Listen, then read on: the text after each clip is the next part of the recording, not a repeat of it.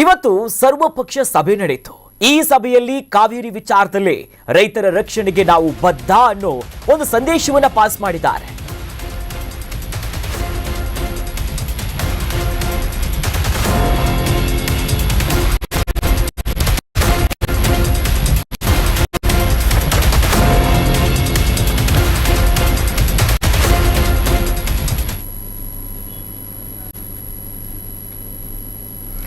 ಕಾವೇರಿಯ ವಿಚಾರದಲ್ಲಿ ರೈತರ ರಕ್ಷಣೆಗೆ ಸರ್ಕಾರ ಬದ್ಧ ಎನ್ನುವಂತ ಒಂದು ಮೆಸೇಜ್ ಅನ್ನ ಪಾಸ್ ಮಾಡಿದ್ದಾರೆ.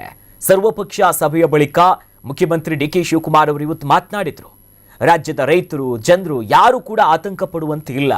ನಾವು ಯಾವಾಗಲೂ ಕೂಡ ನಿಮ್ಮ ಪರವಾಗಿದ್ದೇವೆ, ನಿಮ್ಮ ರಕ್ಷಣೆಗೆ ನಾವಿದ್ದೇವೆ. ನಾನು ಕೂಡ ಒಬ್ಬ ರೈತನ ಮಗನೇ. ಡಿ.ಕೆ. ಶಿವಕುಮಾರ್ 7.5 ಕೋಟಿ ಜನರಿಗೆ ಯಾವುದೇ ಅನುಮಾನಗಳು ಬೇಡ, ಯಾರಿಗೂ ಕೂಡ ಅನ್ಯಾಯ ಆಗುವುದಿಲ್ಲ ಅಂತ ಒಂದು ಭರವಸೆಯ ಮಾತುಗಳನ್ನಾಡಿದ್ರು ಮುಖ್ಯಮಂತ್ರಿಗಳಿವತ್ತು. ಕೆರೆಗಳಿಗೆ ತುಂಬಿಸುವಂತಕ್ಕೆ ಏನ್ ಬೇಕು ಅದಕ್ಕೆ ನಾವು ಮಾಡ್ಬೇಕಾಗ್ತದೆ. ಕುಡಿಯೋ ನೀರಿಗೆ ನಾವು ಪ್ರಯಾರಿಟಿ ಕೊಡ್ತೇವೆ.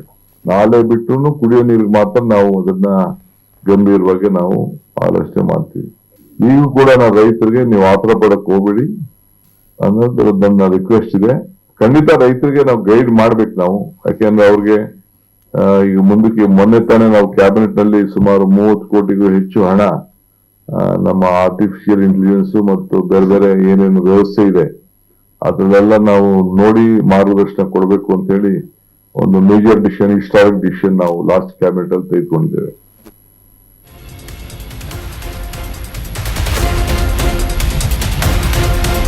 ಇನ್ನು ನೀರಿಗೆ ಸಂಬಂಧಪಟ್ಟಂತೆ ಕೆರೆಗಳನ್ನ ತುಂಬಿಸುವುದಕ್ಕೆ ನೀರನ್ನ ಬಿಡುಗಡೆ ಮಾಡಿದ್ದೀವಿ.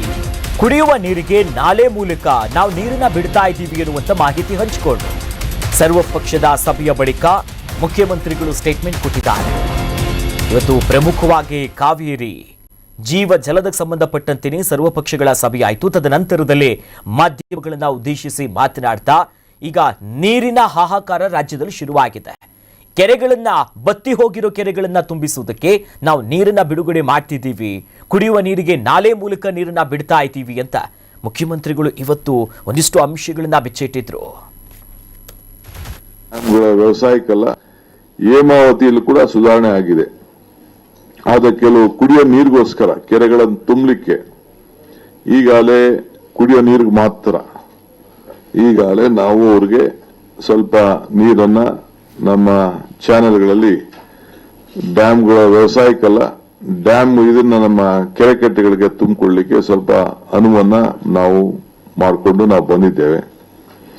ಅವರು ಕೂಡ ಬಿಜೆಪಿ ನಮ್ಮ ತಮಿಳುನಾಡು ಸರ್ಕಾರ ಅವರು ಕೂಡ ಕುಡಿಯೋ ನೀರು ಬಗ್ಗೆ ಅವರು ಒತ್ತನ್ನು ಕೊಟ್ಟು ಅವರು ನಮಗೆ ಸಹಾಯ ಮಾಡಬೇಕು ಅಂತ ಹೇಳಿ ಕುಡಿಯೋ ನೀರಿಗೆ ಹೇಳಿದ್ದಾರೆ.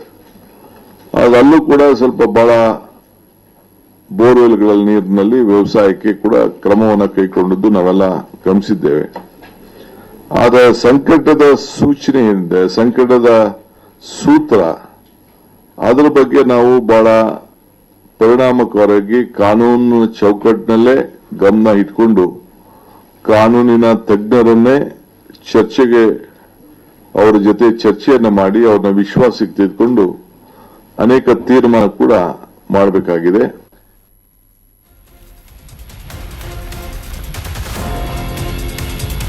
ಇನ್ನು ಮುಂದುವರೆದಂತೆ ಕಾವೇರಿ ಸಮಸ್ಯೆ ಇತ್ಯರ್ಥಕ್ಕೆ ಮೇಕೆದಾಟೆ ಪರಿಹಾರ ಅನ್ನೋದು ಈಗ ಮತ್ತೊಮ್ಮೆ ಮನದಟ್ಟು ಮಾಡಿಕೊಳ್ತಿದ್ದಾರೆ. ಮೇಕೆದಾಟು ಯೋಜನೆ ಮಾಡೋದ್ರಿಂದ ಅನುಕೂಲಗಳಾಗುತ್ತೆ, ಈ ಯೋಜನೆ ಆಗಲೇಬೇಕು. ಸರ್ವಪಕ್ಷದ ಸಭೆಯ ಬಳಿಕ ಸಿಎಂ ಡಿ.ಕೆ. ಶಿವಕುಮಾರ್ ಹೇಳಿಕೆ ಕೊಟ್ಟಿದ್ದಾರೆ. ಕಾವೇರಿ ನೀರಿನ ವಿಚಾರವಾಗಿ ಏನ್ ಸಮಸ್ಯೆ ಇದೆಯಲ್ಲ, ಇದಕ್ಕೆ ಮೇಕೆದಾಟುವೆ ಪರಿಹಾರ. ಮೇಕೆದಾಟುವಿನಿಂದ ತಮಿಳುನಾಡಿಗೆ ಹೆಚ್ಚು ಅನುಕೂಲ ಆಗ್ಬಿಡುತ್ತೆ, ನಮ್ಮ ಕರ್ನಾಟಕಕ್ಕಿಂತ ಜಾಸ್ತಿ. ಕರ್ನಾಟಕಕ್ಕೆ ಅದರಿಂದ ಅನುಕೂಲ ಕಡಿಮೆ ಅನ್ನೋ ಮಾತುಗಳನ್ನ ಸಿಎಂ ಮಾಡಿದ್ರು. ಯಾಕಂತಂದ್ರೆ ಹೆಚ್ಚುವರಿಯಾಗಿ ಸಮುದ್ರ ಪಾಲಾಗುವ ನೀರನ್ನ ಮೇಕೆದಾಟು ಯೋಜನೆ ಮೂಲಕವಾಗಿ ತಡೆ ಹಿಡಿದು ಆ ನೀರನ್ನ ಬೆಂಗಳೂರಿಗೆ ಕುಡಿಯುವ ನೀರು ಅಥವಾ ಯಾವ ನಗರಗಳಿಗೆ ಕುಡಿಯುವ ನೀರಿನ ಅವಶ್ಯಕತೆ ಇದೆ ಈ ಭಾಗಗಳಲ್ಲಿ ಅಲ್ಲಿ ನೀರು ಕೊಡೋದು ಮತ್ತೊಂದಿಷ್ಟು ಪ್ಲಾನ್ಗಳನ್ನ ಹಾಕೊಂಡಿದ್ದಾರೆ. ಹಾಗಾಗಿ ಮೇಕೆದಾಟು ಯೋಜನೆಗೆ ಯಾವುದೇ ರೀತಿ ಅಡ್ಡಿಗಳನ್ನ ಮಾಡಬಾರದು ಅನ್ನೋ ನಿಟ್ಟಿನಲ್ಲೂ ಕೂಡ ಇವತ್ತು ಡಿ.ಕೆ. ಶಿವಕುಮಾರ್ ಸ್ಟೇಟ್ಮೆಂಟ್ ಕೊಟ್ಟಿದ್ದಾರೆ. That is a permanent solution.